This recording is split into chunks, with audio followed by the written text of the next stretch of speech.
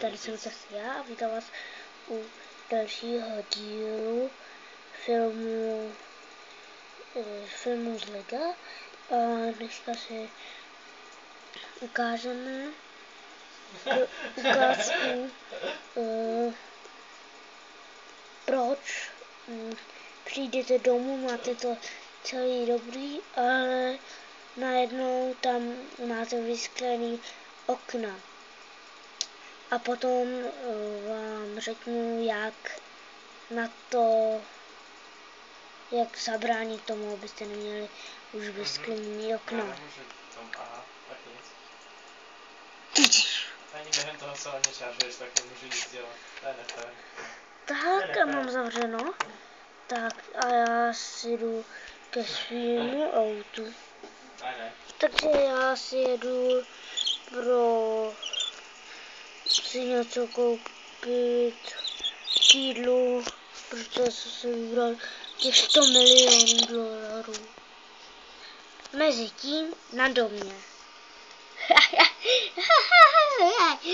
A tak, kluci, máte střelivo? Vlastně máme. Tak pojďme házet.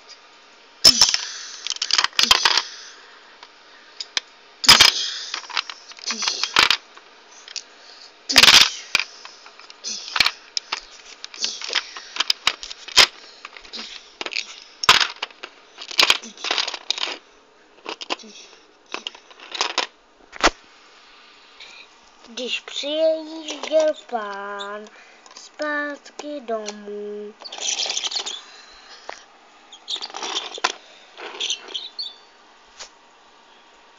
u domu, takže aspoň on dělal svůj byt.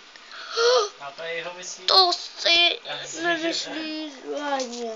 Žádná loď tady není, ale mám tady rozbitý všechno. Teď jste viděli, proč když přijdete domů, tak máte vysklený okna, rozbitý půlku domu a nevíte, kdo to udělal. Tak tohle se stává. Přijde parta chuligánů, rozbije vám okno. Jsem použil ten exhaust po druhý ve hře. Potom vás taky jako potom vás vyděsí až k smrti. Vidíte, že ten upad do smrti a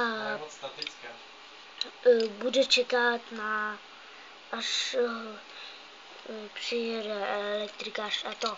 Jak se tomuhle problému zbavit? Vezmete si kamerový systém, který bude propojený s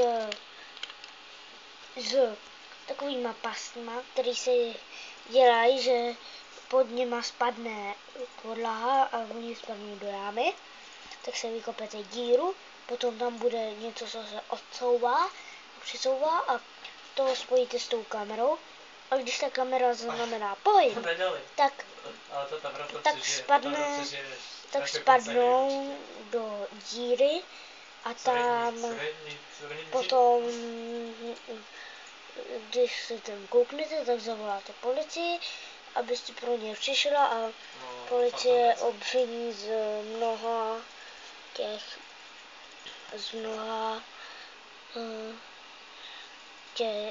mnoha krádeží a rozbitých domů.